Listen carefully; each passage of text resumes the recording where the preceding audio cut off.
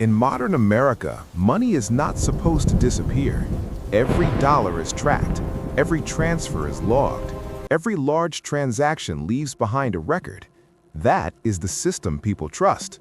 And yet, in the early 2010s, nearly $2 billion passed through the American financial system and then vanished, quietly, legally, completely. There were no breaking news alerts, no emergency press conferences, no arrests. At first, no one even realized anything was wrong, because this wasn't a robbery. There were no guns, no threats, no sudden collapse. The money moved exactly the way money is supposed to move, through banks, accounts, and official paperwork. That's what made it invisible. The transfers began overseas, entering the United States through legitimate financial institutions. Large sums arrived, were held briefly, and then moved again, sometimes split into smaller amounts, sometimes routed through temporary companies, sometimes labeled as investments, fees, or internal adjustments. On paper, everything looked normal. Banks saw activity, but nothing illegal. Regulators saw compliance, not crime. Auditors saw complexity, not danger. And for a while, the system worked exactly as designed. At the center of it all was a man almost no one had heard of.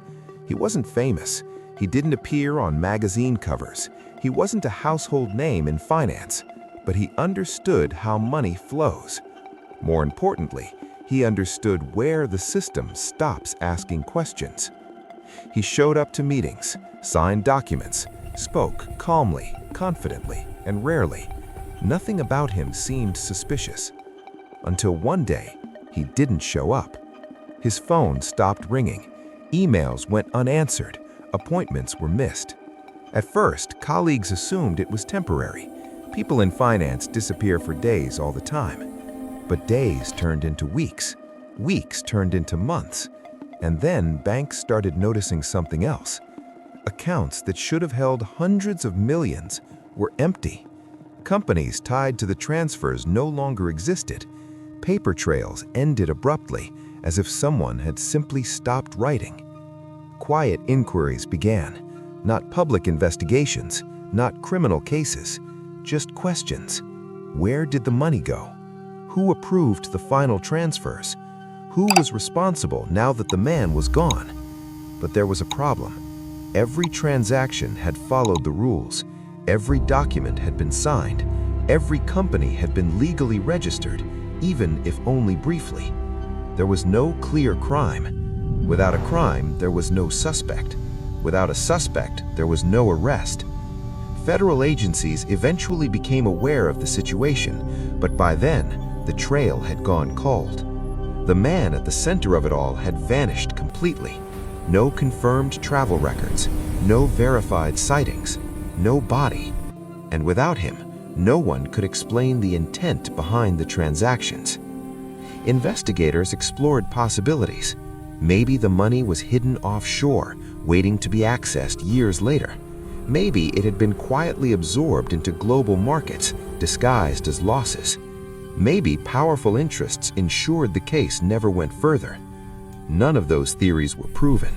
What is known is this: less than a fraction of the money was ever recovered. The rest remains unaccounted for. Experts who later reviewed the case reached an unsettling conclusion.